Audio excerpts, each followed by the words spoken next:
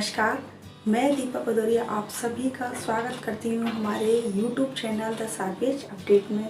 और व्याकरण क्लास में आज जो हमारा विषय है वो है सर्वनाम। जानती हूँ मैं कि सर्वनाम आप सभी ने पहले भी पढ़े हैं, लेकिन जो सर्वनाम की सामान्य परिभाषा है उसे यहाँ एक बार मैं फिर से दोहराना चाहूँगी कि वे सभी शब्द जो कि संज्ञा शब्दों के बदले प्रयुक्त किए जाते हैं क्या कहलाते हैं? सर्वनाम। देखिए, अब अगर मैं कहती हूँ कि मोहन खेल रहा है, अब इसी वाक्य को अगर हम ऐसे कहें कि वह खेल रहा है, तो मोहन जो कि संज्ञा शब्द है उसके स्थान पर हमने वह का प्रयोग किया, यही वह क्या कहलाएगा? हमारा सर्वनाम। तो चलिए प्रयास करते हैं जानने का सर्वनाम का अर्थ, सर्वनाम की परिभाषा और सर्वनाम के भेद। चलिए, तो सबसे पहले हम देखेंगे सर्वनाम शब्द का अर्थ क्या होता है। तो सर्वनाम में दो शब्द हैं, सर्व और नाम, जिसमें सर्व का अर्थ है सभी और नाम का अर्थ है संज्ञा शब्द। अर्थात अगर हम दोनों शब्दों को मेल करें या दोनों शब्दों को जोड़कर पढ़ें तो ये इसका जो अर्थ है वो निकलेगा सभी संज्ञा शब्द या सभी नाम वाले शब्द। संज्ञा का अर्थ क्या हुआ? नाम वाले शब्द, तो सभी नाम वाले शब्द ही क्या कहलाएंगे? सर्वनाम। परिभाषा एक बार बता चुकी हूँ मौखिक आपको, फिर भी मैंने यहाँ पे लिखी हुई है कि संज्ञा के स्थान पर प्रयुक्त होने वाले शब्दों को ही सर्वनाम कहते हैं। उदाहरण में मैं, तुम, हम, उसे, कुछ आदि, और इनके अतिरिक्त उदाहरण और भी हो सकते हैं, मैंने यहाँ पे थोड़े से ही लिखे हैं। आगे एक वाक्य है आप लोगों के लिए, आप देखिए जरा। भारत हमारा देश है, तो भारत हमारा देश है, इसकी रक्षा करना हमारा कर्तव्य है। आप सबसे पहले देखिए, हमने लिखा है कि भारत हमारा देश है, इसकी रक्षा करना, किसकी रक्षा करना? भारत की। तो भारत जो शब्द है इस वाक्य में, भारत शब्द क्या है? संज्ञा शब्द है, और इस संज्ञा शब्द की जगह ही हमने इसकी शब्द का प्रयोग किया है। तो चूंकि ये संज्ञा शब्द के स्थान पे आ रहा है इसकी, इसलिए ये जो इसकी शब्द है वो क्या है? हमारा सर्वनाम शब्द। तो सर्वनाम का अर्थ, सर्वनाम की परिभाषा। अब देखते हैं सर्वनाम के भेद और सर्वनाम के भेद या इसके प्रकार। तो देखते हैं हम सर्वनाम के भेद या सर्वनाम के प्रकार। तो सर्वनाम के 6 भेद होते हैं, जिनमें जो पहला भेद है सर्वनाम का वो है पुरुषवाचक सर्वनाम। अब पुरुषवाचक सर्वनाम क्या है? पुरुषवाचक सर्वनाम की परिभाषा क्या है? तो वह सर्वनाम जिसमें वक्ता अर्थात बोलने वाले के लिए, श्रोता अर्थात सुनने वाले के लिए, या किसी अन्य के लिए जब कुछ कहा जाए तो वो जो सर्वनाम होगा वो हमारा पुरुषवाचक सर्वनाम कहलाएगा। अब पुरुषवाचक सर्वनाम के भी 3 भेद होते हैं, जो कि हैं उत्तम पुरुष, मध्यम पुरुष और अन्य पुरुष। उत्तम पुरुष यानी कि फर्स्ट पर्सन, जब हम स्वयं की बात करते हैं, यानी कि जो वक्ता होता है, बोलने वाला होता है, वो किसके अकॉर्डिंग आएगा? उत्तम पुरुष के अकॉर्डिंग आएगा। जैसे इसके उदाहरण मैंने दिए हुए हैं आपको समझाने के लिए, मैं, हम, हमारा, अपना या अपने आप, और भी बहुत से उदाहरण हो सकते हैं। यहाँ पे मैंने ये 3 ही लिखे हुए हैं। तो अब इसको हम कैसे समझेंगे? अगर वक्ता के लिए है ये उत्तम पुरुष, तो वक्ता मतलब क्या?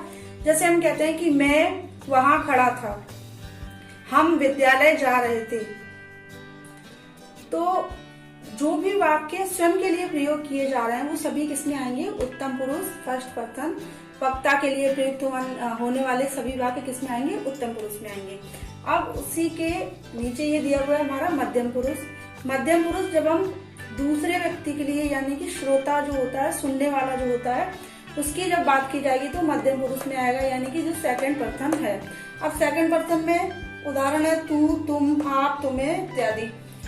अब जैसे हम कहते हैं तुम कहाँ गए थे, आपका नाम क्या है, तो जब हम सामने वाले से बात कर रहे हैं, सुनने वाले के लिए जो भी वाक्य आ रहे हैं प्रयोग में, वो सभी मध्यम पुरुष कहलाएंगे।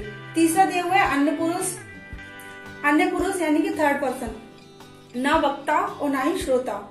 अन्य पुरुष मतलब जब हम किसी तीसरे की बात कर रहे हैं, वह, उसका, यह, कोई, वह कौन है, उसका नाम क्या है, और भी कई उदाहरण हम ले सकते हैं। तो कहने का मतलब ये है कि जो पुरुषवाचक सर्वनाम है वो पुरुषवाचक सर्वनाम क्या है कि जो वक्ता के लिए, श्रोता के लिए या किसी अन्य के लिए प्रयोग किया जाए, और जो उसके जो 3 प्रकार हैं उसके, वो उत्तम पुरुष, मध्यम पुरुष, अन्य पुरुष, तो ये सब हमारे क्या कहलाएंगे? पुरुषवाचक सर्वनाम कहलाएंगे। तो चलिए, जो अब हमारा दूसरा है सर्वनाम के भेद में, जो दूसरा है हमारा भेद, वो है निश्चयवाचक सर्वनाम।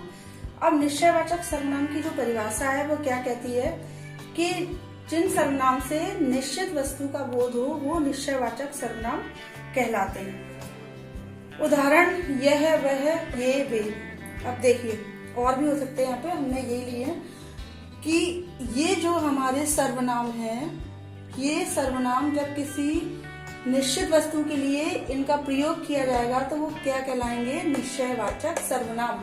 देखिए, यह मेरी पुस्तक है, तो पुस्तक मेरी है, ये निश्चित है। अब इसको हम बताने के लिए यह जो कि सर्वनाम है इसका हम प्रयोग कर रहे हैं, मतलब निश्चित वस्तु के लिए हम इस सर्वनाम का प्रयोग कर रहे हैं। तो यह जो क्या है? निश्चयवाचक सर्वनाम है। वह उनका घर है, तो वह भी, ये हमारा उसी तरीके से वह भी क्या है? निश्चयवाचक सर्वनाम।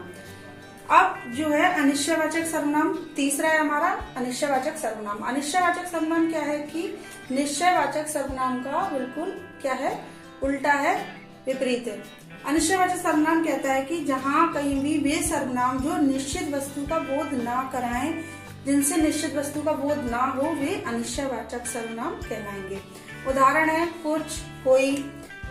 अब इस डिबिया में कुछ जरूर है, तो इस डिबिया में कुछ जरूर है अर्थात क्या है वो हमें नहीं पता, तो उस चीज को हम किससे कर रहे हैं? फिर इस सर्वनाम से। ठीक है, तो इससे क्या हो जाएगा कि ये जो हमारा हमें पता पड़ रहा है कि मतलब जो वस्तु है वो निश्चित नहीं है, हमें नहीं पता कि इसमें क्या है, तो कुछ का जो हमने यहाँ पे प्रयोग किया। जिस प्रकार ये क्या किसमें आ जाएगा? हमारा अनिश्चयवाचक सर्वनाम में। दरवाजे पर कोई है, कौन है ये नहीं पता, तो जो कोई, ये जो सर्वनाम है इसका हम प्रयोग कर रहे हैं, और इससे क्या निकल रहा है कि मतलब निश्चितता नहीं है, निश्चित नहीं है कि कौन है। इसलिए ये जो है हमारा वाक्य या किसमें आएगा? सर्वनाम अनिश्चयवाचक सर्वनाम में। तो इस प्रकार निश्चयवाचक हो गया, अनिश्चयवाचक हो गया, पुरुषवाचक तभी हमने समझाई था। आगे चलते हैं। तो अब जो चौथा है सर्वनाम के भेद या प्रकार में, चौथा जो है सर्वनाम वो है हमारा संबंधवाचक सर्वनाम। अब संबंधवाचक सर्वनाम, जैसा कि इसके नाम से ही पता चल रहा है कि जिस सर्वनाम से किसी दूसरे सर्वनाम से संबंध स्थापित हो, जिस सर्वनाम का किसी दूसरे संबंध से संबंध स्थापित कराया जाए या संबंध स्थापित ऐसा हमें प्रतीत हो, तो वो कहलाएगा हमारा संबंधवाचक सर्वनाम। अब इसके उदाहरण देखिए, जो, सो, जैसी, वैसी। अब कैसे संबंध स्थापित हो रहा है देखेंगे हम। जो करेगा सो भरेगा, तो एक दूसरे से रिलेटेड है ये दोनों ही। जैसी करनी वैसी भरनी, जैसा राजा वैसी प्रजा, तो ये जो एक दूसरे से रिलेटेड है, तो एक दूसरे से संबंध को दर्शा रहे हैं, इसलिए ये किसमें आएंगे? हमारे संबंधवाचक सर्वनाम में। अब इसमें आगे हमारा पांचवा जो है प्रश्नवाचक सर्वनाम। अब प्रश्नवाचक सर्वनाम भी नाम से ही हमें पता ये चल रहा है कि प्रश्नवाचक सर्वनाम प्रश्न करने के लिए प्रयुक्त होने वाले शब्दों को क्या कहेंगे? हम प्रश्नवाचक सर्वनाम। अर्थात जिन सर्वनामों का प्रयोग हम प्रश्न करने के लिए प्रयुक्त करते हैं वो सभी क्या कहलाएंगे? हमारे प्रश्नवाचक सर्वनाम। उदाहरण कौन, क्या, कब इत्यादि। तो अब हम क्या इसको किस तरीके से समझेंगे? वहां कौन गिरा है, वहां क्या हो रहा है,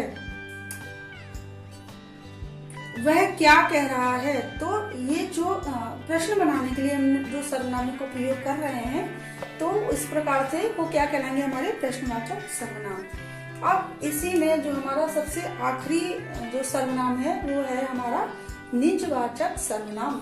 निजवाचक सर्वनाम मतलब कि जो कर्ता है, कर्ता जो हमारा सब्जेक्ट है, उसके लिए जब प्रयोग किए जाते हैं सर्वनाम शब्द, तो वो निजवाचक सर्वनाम में आते हैं। या फिर हम यूं कह सकते हैं कि जो सर्वनाम निजत्व का बोध कराए, अपनेपन का बोध कराए, वो हमारा निजवाचक सर्वनाम कहलाता है।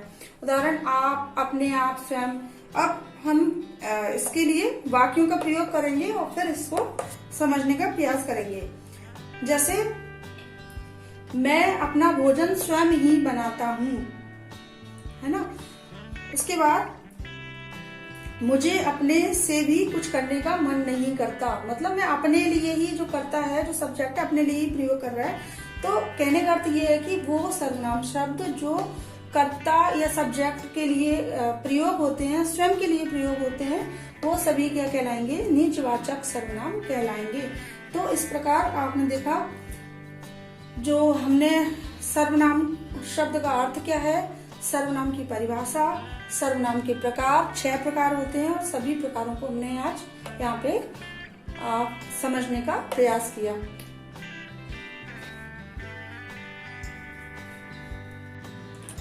छात्रों, आशा करती हूँ मैं कि ये वीडियो आप लोगों को बहुत पसंद आया होगा।